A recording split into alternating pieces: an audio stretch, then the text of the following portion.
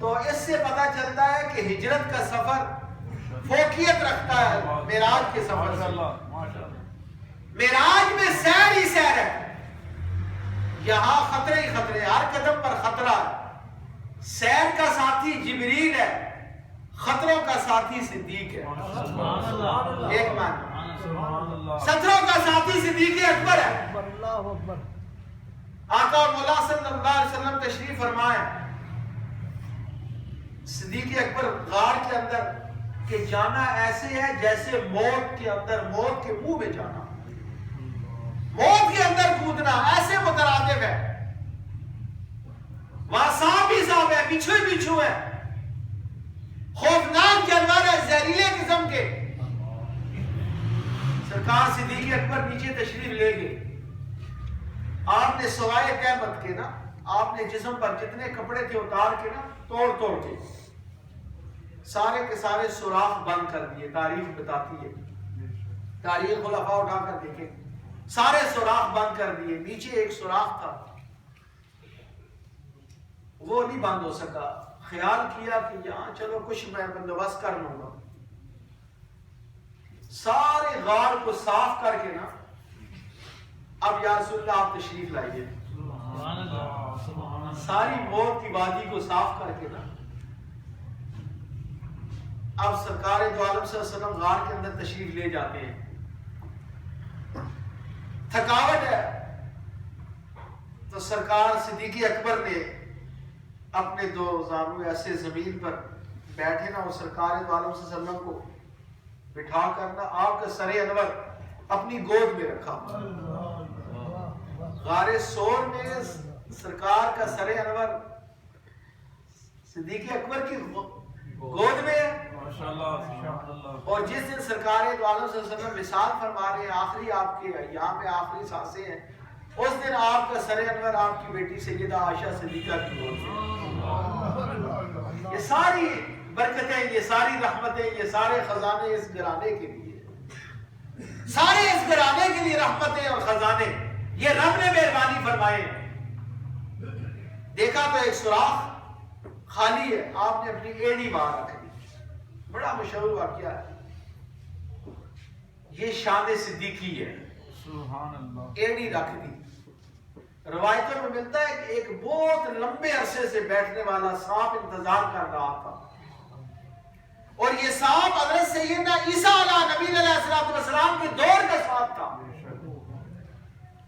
عیسیٰ علیہ السلام سے اس نے پوچھا تھا کہ نبی آخرت زمان اس دنیا میں اس وادی سے گزریں گے، میں کدھر بیٹھوں انتظار کے لیے؟ اشارہ دیا ادھر چلا جا۔ اور ویسے بھی معراج العابدین کتاب ہے، حیات روانی کتاب لکھی ہے حضرت امام غزالی رحمۃ اللہ علیہ نے۔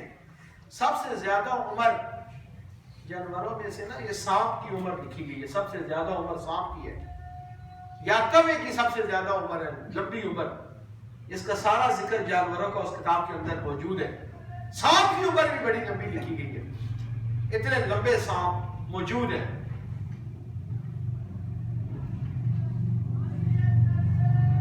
سرکار سیدنا صدیق اکبر نے ایڑی رکھی، اب وہ سانپ اتنے عرصے سے بیٹھا ہوا ہے، اور آپ کو پتہ ہے کہ اتنی لمبی اس کے اندر اتنا زہر ہے، اور اتنی اس کے اندر موت کے اثرات ہیں۔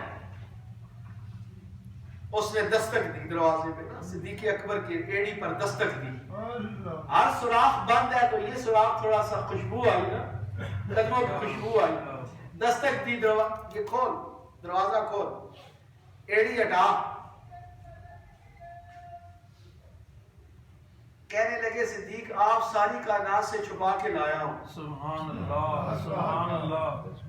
آج اور کسی کو اس کا حصہ نہیں بننے دوں گا۔ سبحان اللہ۔ جو چہرہ مصطفیٰ کی زیارت کرے وہ صحابی رسول کہلاتا ہے۔ ماشاءاللہ، ماشاءاللہ۔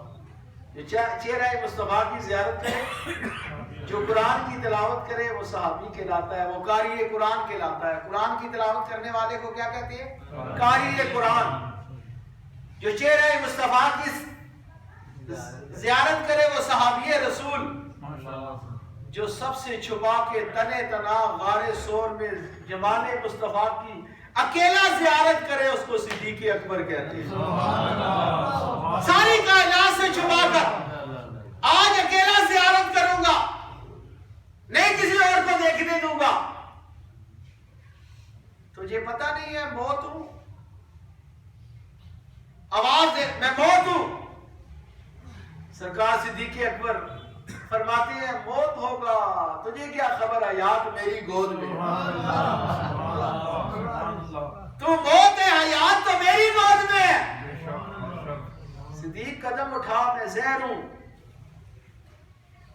نہیں اٹھاتا, تریاق میری گود میں ہے. یہ کیسی باتیں کرتا ہے, بڑا زور لگ رہا ہے, نہیں دیکھنے دیا. یہ کدھر دیکھنے دیتے ہیں جو ساری دنیا سے چھپا کے لاتے ہیں, کیسے دیکھنے دیتے ہیں, نہیں دیکھنے دیتے. یہ تو الگ بات ہے نا, کبھی یہ موضوع نہیں رہا, کبھی اس پہ ہم نے جستجو نہیں کی, کبھی سوچا نہیں ہے کہ یہ اسلام کوئی آسانی سے ہمارے ہاتھ نہیں آیا. آج اس کی قدر اس لیے نہیں ہے, اپنے پیشواؤں کو دیکھو نا, کتنی کتنی قربانیاں دی ہیں, کتنی کتنی قربانیاں دی ہیں. وہاں اولاد کی پرواہ نہیں کی, جان کی پرواہ نہیں کی, ماں باپ کی پرواہ نہیں کی, اور ایک ہی ذات ہے, وہ ذات مصطفیٰ ہے. بدر کے میدان میں سرکار صدیق اکبر اور آپ کے بیٹے آمنے سامنے ہیں, دونوں تلواریں لہرا رہے ہیں. باپ وار کرتا ہے, بیٹا بچتا ہے, بیٹا باپ کرتا ہے, باپ بچتا ہے. سرکار صدیق اکبر نے تلوار اٹھائی, بیٹے نے سمجھ لیا یہ وار باپ کا کبھی خالی نہیں جائے گا. بیٹا باپ گیا, جان گیا, اور خیریت اسی میں جانی, بھاگ نکلا, بدر سے بھاگ نکلا, بھاگ گیا. بعد میں خدا نے ایمان کی دولت دی. ایک دن دونوں باپ بیٹا بیٹھے ہوئے تھے, باتیں چھڑ گئی. بیٹا کہتا ہے ابا جان, اس جنگ میں آپ میری تلوار کے نیچے آ گئے تھے, توجہ کرنا, اس دن میری تلوار کے نیچے آ گئے تھے. اگر میں وار کرتا تو آپ کی گردن اڑا دیتا. میں نے باپ سمجھ کے معاف کر دیا ہے, باپ سمجھ کے تلوار کھینچ لی ہے. صدیق اکبر جلال میں آ گیا, آپ تڑپ گئے.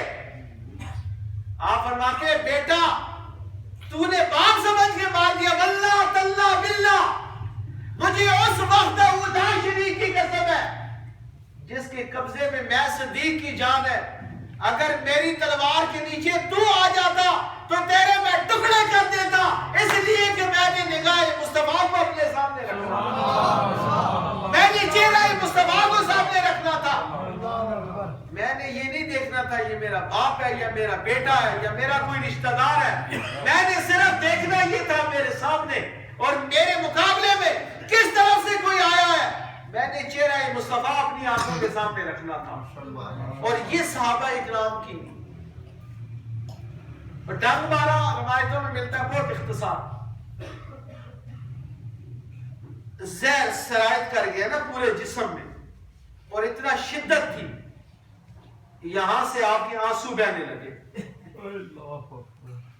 آقا مولا صلی اللہ علیہ وآلہ وسلم نے اپنے چشمان مبارک کھولے, نگاہ رحمت کھولی, رنگ تبدیل ہے. فرمایا یار غار میرے ساتھی, یہ کیا معاملہ ہے, یہ کیسے باتیں ہو رہی ہیں, یہ کیا چہرہ کیوں آپ کا, یا رسول اللہ اس نے مجھے زخمی کیا ہے. سرکار نے نا قدم اٹھائے, ایسے ہاتھوں میں پکڑ کر اوپر کر کے, سرکار نے اپنا لوہاب دہن, قربان جاؤں صدیق اکبر تیرے قدروں پر, قربان جاؤں سرکار صدیق اکبر تیری شان پر.